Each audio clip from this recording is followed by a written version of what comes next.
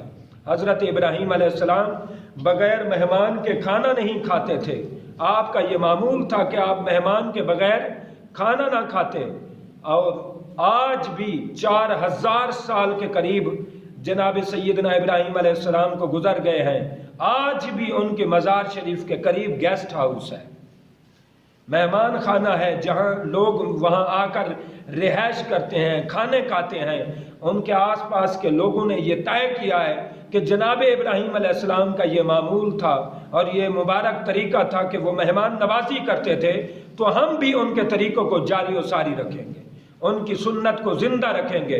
تو وہ آپس میں پیسے ڈال کر، آپس میں ایک دوسرے کی ہیلپ کر کے، ایک دوسرے کے ساتھ بات چیت کر کے آج بھی سنت ابراہیمی کو انہوں نے زندہ کیا ہوا ہے، آج بھی آپ کے مزار مبارک پر مہمان نوازی کا انتظام ہوتا ہے۔ آپ ایک دفعہ مہمان کو تلاش کر کے لائے، وہ سفید داڑھی والے تھے، 80 سال ان کی عمر ہے، جناب نے پوچھا کھانا کھانا ہے؟ انہوں نے کہا کھانا ہے، اس لیے کہ بھوک لگی ہے۔ آپ نے فرمایا مجھے مہمان کی تلاش تھی اور تمہیں کھانے کی تلاش تھی، رب نے ملا دیا ہے، آؤ کھانا کھاتے ہیں۔ جب آپ وہ مہمان کو لے کے آئے، گھر میں آئے اور آ کے سامنے بٹھایا، خادم سے کہا کہ کھانا لگا دو، کھانا لگ گیا، دسترخوان سج گیا۔ جب وہ کھانا شروع کیا تو اس بندے نے بسم اللہ نہیں پڑھی۔ آپ نے فرمایا بھائی بسم اللہ نہیں پڑھی؟ اس نے کہا میں بسم اللہ نہیں پڑھتا اس لیے کہ میں مسلمان نہیں ہوں، میں کافر ہوں۔ آپ نے فرمایا اگر تو بسم اللہ نہیں پڑھ سکتا تو پھر نکل جا، میری دسترخوان سے نکل جا، مجھے گوارا نہیں ہے، اس لیے کہ میں تو مالک کا عاشق ہوں، میں اللہ کا دیوانہ ہوں، اللہ کا پروانہ ہوں۔ جو مالک کا نام لیتا ہے میں تو لاکھوں بکریاں دے دیتا ہوں، صرف نام لینے پر، صرف اس کا ذکر کرنے پر میں تو سب کچھ قربان کر دیتا ہوں، اپنے آپ کو بیچ دیتا ہوں اسی کے نام پر، اور اس کا رزق میرے دسترخوان پر آئے اور اس کا نام نہ لیا جائے مجھے قبول نہیں ہے۔ فرمایا چل تو چلا جا۔ وہ بندہ چلا گیا۔ رب نے وہی فرمائی ابراہیم میں تجھ سے ناراض ہو گیا، میں تو اسے روٹھ گیا ہوں۔ مالک کس بات سے؟ ناراضگی کی وجہ کیا ہے؟ روٹھنے کی وجہ کیا ہے؟ مالک کرم فرما مجھے کوئی بتا۔ اللہ نے فرمایا ابراہیم جب تک تو اس بندے کو جس کو دسترخوان سے اٹھایا تھا، جب تک اس انسان کو تو واپس نہیں لے آتا، بندے کو واپس دسترخوان پر نہیں لے آتا اور اس سے معافی طلب نہیں کرتا اور اس کو راضی نہیں کرتا اور اس کو خوش نہیں کرتا، میں رب خوش نہیں ہو سکتا۔ اللہ وہ تو کافر تھا، وہ تو تیرا نام نہیں لیتا تھا، تیرا نام نہیں جپتا تھا، تیرا ذکر نہیں کرتا تھا، میں نے تو اس لیے اٹھایا، وگرنہ میری کون سی اس کے ساتھ ذاتی دشمنی تھی، میرا کون سا اس کے ساتھ پلاٹ تھے، مشترکہ پلاٹ تھے، میں نے تو تیری نام تیری عظمت کی وجہ سے اٹھایا ہے۔ اللہ نے فرمایا نہیں ابراہیم، تو نے ایک وقت کی کھانے کی خاطر، ایک وقت کی روٹی کی خاطر تو نے اپنے دسترخوان سے اٹھا دیا صرف اس لیے کہ تو اس نے نام نہیں لیا میرا۔ میری رحمت تو دیکھ، میرا علم تو دیکھ، میرا علم تو دیکھ، میرا کرم تو دیکھ، میری مہربانی تو دیکھ۔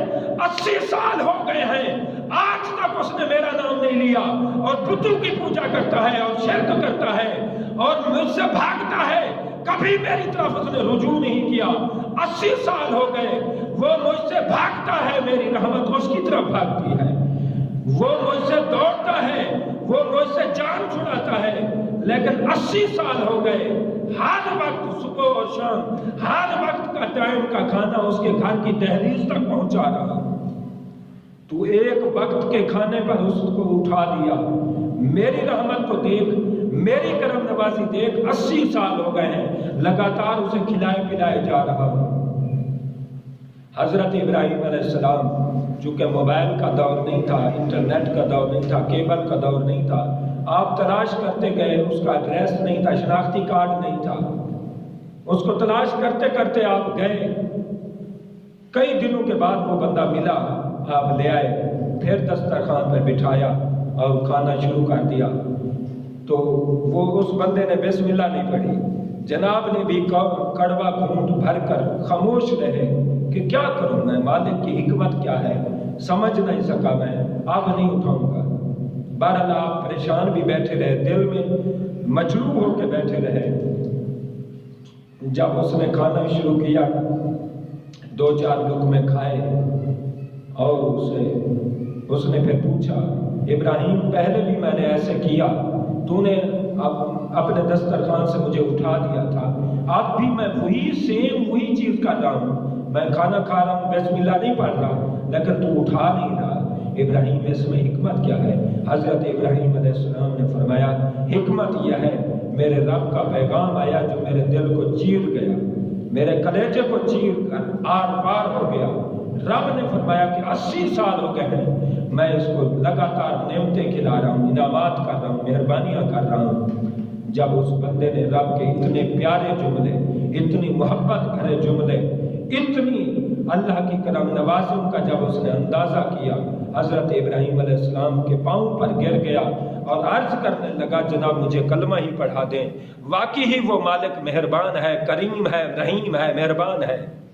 میں اس رب کے گمراہ ہوں، میں دوسری سائڈ پہ چلا گیا، میں توبہ کرتا ہوں، معافی مانگتا ہوں، اس رب کی بارگاہ میں رجوع کرتا ہوں اور کلمہ پڑھتا ہوں، اس کا ذاکر اور شاکر اور صابر بنتا ہوں۔ تو جناب والا، انسان سے محبت یہ رب کی اولین ترجیح ہے۔ انسان سے محبت رب نے لَقَدْ خَلَقْنَا الْإِنسَانَ فِي أَحْسَنِ تَقْوِيمٍ، فرمایا ہم نے انسان کو پیدا کیا بڑا خوبصورت۔ اب انسان کا ذکر کیا، پیدائش کا ساتھ ذکر کیا۔ قرآن کے فلسفے کو سمجھیں۔ قرآن کا فلسفہ یہ ہے کہ انسان کو پیدا کیا۔ پیدا کرنے کا مطلب یہ ہے، جب بچہ پیدا ہوتا ہے، چاہے وہ کالا بھی ہو، چاہے جیسا بھی ہو، ماں باپ اسے چومتے ہیں، مٹھائیاں تقسیم کرتے ہیں، خوش ہوتے ہیں۔ رب نے فرمایا، بندے انسان کی نسبت میں نے پیدائش کے ساتھ کر دیا ہے۔ جیسے بچہ معصوم ہوتا ہے، غلطی سے، گناہ سے، ہر چیز سے معصوم ہوتا ہے، اور بچے پر جب والدین خوش ہوتے ہیں، اسی طرح فرمایا لَقَدْ خَلَقْنَا الْإِنسَانَ، انسان کی پیدائش کو دیکھو، جیسے انسان پیدا ہوتا ہے تو محبت کرتے ہو، بس یہی اندازہ کرو کہ رب نے پیدا کیا ہے، جو بچے کے ساتھ والدین کی محبت ہوتی ہے، اسی طرح انسانوں کی ایک دوسرے کے ساتھ محبت ہونی چاہیے۔ رب نے فرمایا لَقَدْ خَلَقْنَا الْإِنسَانَ فِي أَحْسَنِ تَقْوِيمٍ، انسان کو بڑا خوبصورت پیدا کیا۔ اب دیکھیں، ایک کافر اللہ کو اتنا پسند ہو، نان مسلم ہے، اللہ کو اتنا پسند ہو، اور ہم انسان سے نفرت کریں، کل قیامت والے دن ہم کس طرح ہم جواب دیں گے، اور کس طرح ہم رب کریم کے سامنے اس کے حضور کھڑے ہوں گے۔ میرے چند کلمات کو اللہ قبول فرمائے، باہمی اخوت، چاہت، محبت، عقیدت، ادب، حیا نصیب فرمائے، اور ایک دوسرے کی عزت و وقار، اور ایک دوسرے کے پاسداری، خیال، ایک دوسرے کی ہمدردی، غم گساری، رحم دلی اللہ نصیب فرمائے۔ اللہ تمام تر معاملات پاکستان میں اللہ ایک دوسرے کو ہمیں ایک دوسرے کی محبت نصیب فرمائے۔ وآخر دعوانا الحمد۔